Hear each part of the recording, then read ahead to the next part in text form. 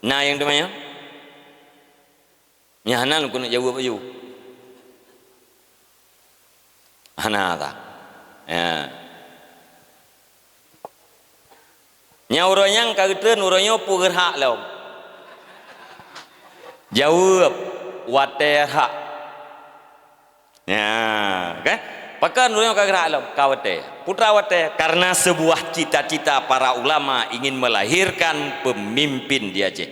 Gubernur yang pemimpin yang gubernur. Nahwan musia ayah sebut uji ke gubernur. Angge.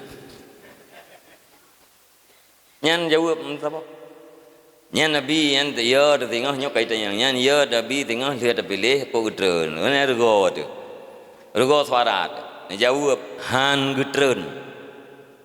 Pakai han gutreun urung po partai. Ayah sub mustasyar majelis pimpinan pusat Partai Adil Sejahtera Banda Aceh. Pumana mustasyar tetap hana ganto-ganto selama udip ayah. Abi Hidayat Wali, Walid Kiran. Abi Hidayat Wali selaku ketua mustasyar, Walid Kiran selaku sekretaris. Alenyan yang puakeun mustasyar tetap nya dua-dua urangnya tetap. Alenyan ayah sub, ayah Cotrung, Dr. Sirajuddin Saman nyan mustasyar tetap. Mustasyar hana tetap termasuk Lung Tuan TGK Nurdin M Judun dalam kurung ngebinah. Nah, nyo teh 2000 peut nyo hanam tulis dalam kurung.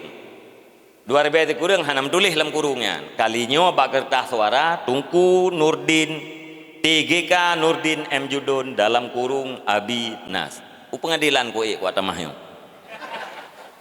Oke bak. Pakan dia tamahnya kalinya Lun Tuan pengadilan. Nyo nanyo apa ujung ni?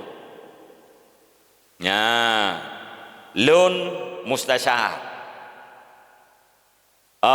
Alenyan puakeun abati aramiyah ini.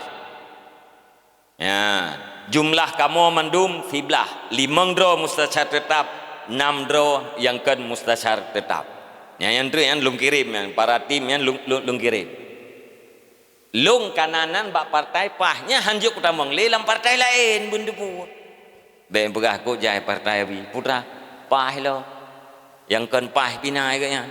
Hana. Nyo ayah sok kananan keno nya hananan palae nanti terculok haitri hantu ha komputer nya kananan ni no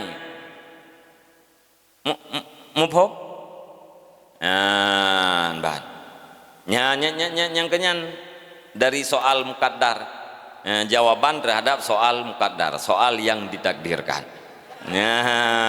kan ya jadi hana hantreun ya tam doa num doa menteng ya bunidin gitu oleh Allah ya usaha lung maksimal usaha dron bermaksimal kemudian tawasul dengan segala keberkatan supaya Allah Subhanahu wa taala beri ilham dalam hati masyarakat Aceh untuk memilih pas dalam rangka mewujudkan cita-cita para ulama.